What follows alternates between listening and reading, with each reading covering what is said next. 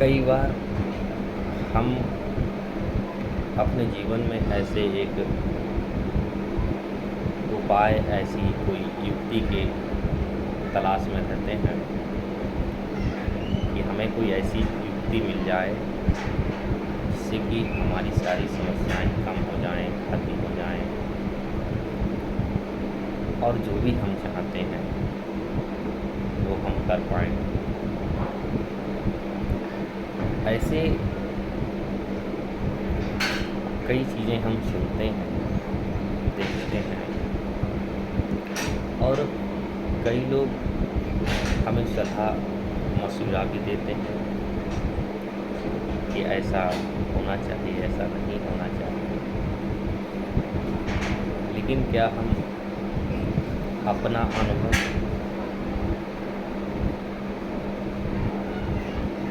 कुछ प्रयोग करते हैं? क्या कुछ हम समझ पाते हैं अपने जीवन में? जीवन में अपना अनुभव, निज अनुभव जितना भी है सिर्फ आप वही समझ पाते हैं। अगर हमारे पास जितना अनुभव है, मान करके चले कि दो पक्षी हैं, एक छोटा पक्षी कबूतर है और एक पक्षी बाज है। इन दोनों की क्षमता उड़ने की अलग अलग है। ये अपनी क्षमता के अनुसार ही अपनी ऊंचाई तक उड़ सकते हैं। ये इनका जीवन है, अलग अलग जीवन। कबूतर चाहे तो बाज जैसा नहीं बन सकता और बाज चाहे कबूतर जैसा नहीं बन सकता। ऐसे मनुष्य जितना स्वयं का अनुभव है, स्वयं का जो भी अपनी समझ है, हम वही समझ सकते हैं। हमें समझाने के लिए लोग बैठे हैं। इतने की भरमार, अब तो इतनी भरमार है कि आप थोड़ा सा बस प्रयास करिए और एक ही क्लिक पे इतने समझाने वाले आपको उपलब्ध हो जाएंगे आपकी स्क्रीन पे कि आप समझने के बजाय और भ्रांति में पड़ेंगे और कंफ्यूज होंगे। तो ऐसे ही कहने का मतलब है जीवन में कुछ बदला नहीं जा सकता कि आपके जीवन में क्या हो रहा है, क्या चल रहा है, उसको बदल डालें। ऐसा नहीं किया जा सकता कि जो भी हो रहा है कोई गलत नहीं हो रहा है, एक सिद्धांत पर आधारित है, नियम पर आधारित है और जो गुरु का नियम है जिसे नीति कहते हैं वो तो वैसे ही चलेगा। तो आप कहें कि आपके बदलने से, आपके कहने से कुछ बदले, आपकी इच्छा के अनुसार कुछ हो। ज़्यादातर मनुष्य यही कहता है कि उसकी इच्छा के अनुसार ही सब कुछ हो।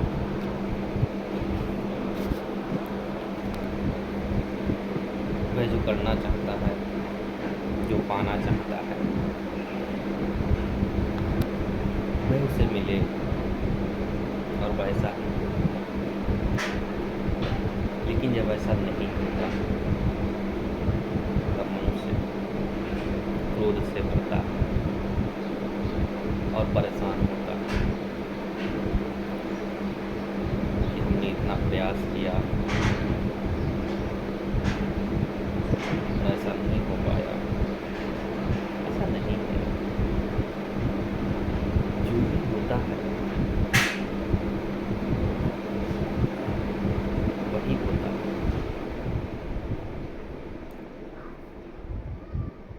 और हमें उसके हिसाब से चलना होता है, समझ करके चलना होता है। इसलिए जीवन में हमें बहुत उदास, बहुत निराश नहीं होना है।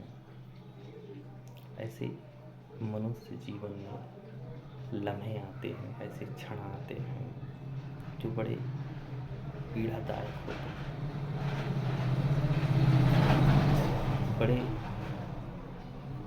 हृदय को बिल्कुल चीर देने वाले अनुभव हमारे सामने प्रकट होते हैं। ऐसा नहीं है, जीवन में ऐसे अनुभव हमें ना मिले हैं, आते हैं वे क्षण भी। उन क्षणों में हम कितना सजग, कितना जागे हुए रहते हैं। उन क्षणों में हम अपनी भावनाओं को कितना समझ पाते हैं। ये वे क्षण हैं, इन क्षणों में मनुष्य एक निर्णय लेता है, जो भी निर्णय स्वयं का निर्णय है,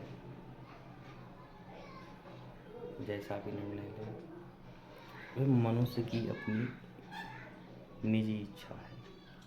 इसमें किसी की कोई भी इच्छा उस प्रकार नहीं करती। मनुष्य अपने मन से, अपनी इच्छा से निर्णय लेता है अपने जीवन के। यही निर्णय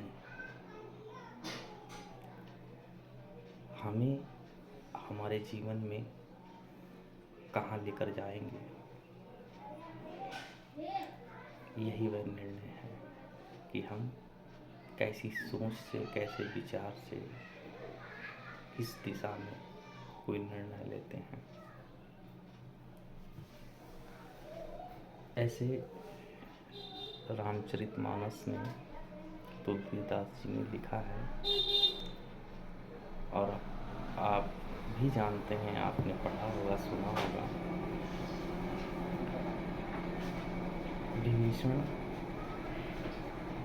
राक्षसों के कुल में उत्पन्न हुआ, जन्म में उसके, ये उसके हाथ में नहीं था। जन्म हमें कहाँ मिलता है, किस कुल में मिलता है, किस स्थान में मिलता है, ये हमारे हाथ में नहीं है। और जन्म मिल ही गया और हम थोड़ा बड़े हुए, सजग हुए, होशियारी आई, समझ आई।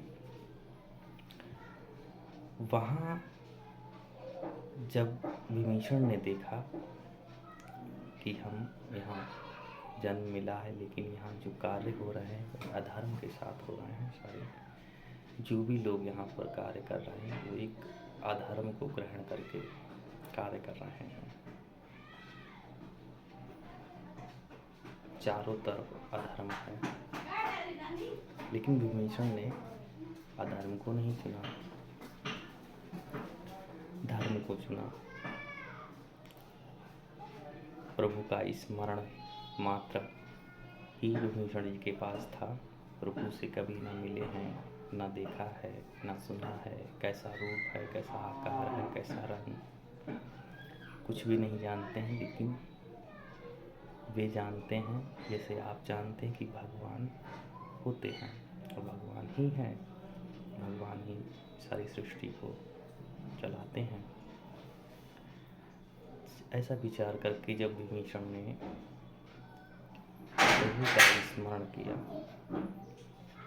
तो किसी न किसी बहाने से, जैसे हमारे पास मार्ग दिखाने के लिए कोई ना कोई पहुंच जाता है, मिल जाता है, ऐसे विभीषण जी को लंका में हनुमान जी के रूप में मार्गदर्शक मिले और उन्हें बताया कि प्रभु कहाँ हैं, आप उनसे मिल सकते हो। ऐसे ही हम जन्म कहाँ मिला है, किस क्षेत्र में मिला है, किस स्थान में मिला है, इससे हमारा कोई मतलब नहीं होना चाहिए। जन्म मिल गया, वो तो मिल ही गया, उसमें हमारा कुछ भी इच्छा नहीं थी, ना ही हमारी मर्जी से कुछ हुआ है, ना ही होता है। तो जहाँ जन्म मिलना था वहाँ मिल गया। अब जीवन जीते जीते, चलते चलते हमारे अनुभव में अगर ये आता है और हम देख पाते हैं हमारी समझ के अनुसार, जितना हमारे भीतर ज्ञान रूपी प्रकाश बढ़ता जाता है प्रभु की कृपा से, तब हम देख पाते हैं, समझ पाते हैं कि जो हम कर रहे हैं क्या वह सही है, या ये मार्ग ठीक है, इस मार्ग पे पहुंच करके हम कहाँ जाएंगे, कहाँ पहुंचेंगे। ऐसी समझ जब हमारे अंदर उत्पन्न होने लगती है,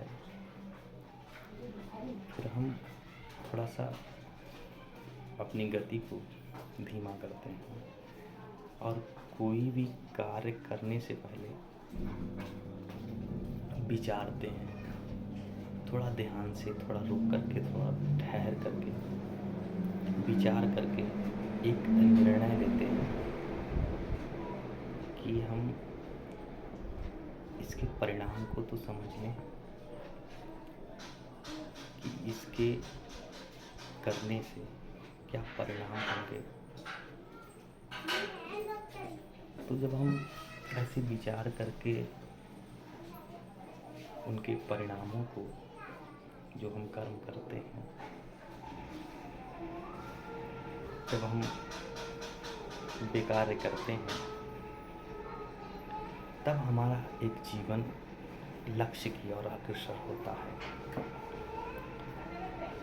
और अगर हम जल्दबाजी में बिना कुछ सोचे विचारे किसी को देख करके मात्र बस किए ही जा रहे हैं, करते ही जा रहे हैं, कुछ पता नहीं है, कुछ विचार नहीं कर रहे हैं, तो फिर हमारे जीवन में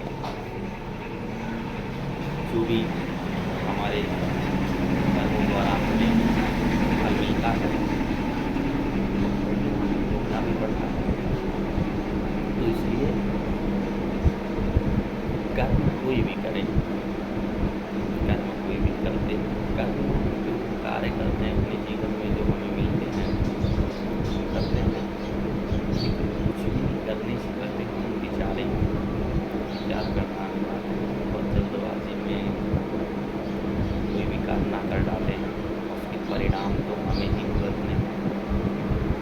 जैसे कि एग्जाम्पल आपने धारणा, अगर आप किसी से अभी झगड़ा करें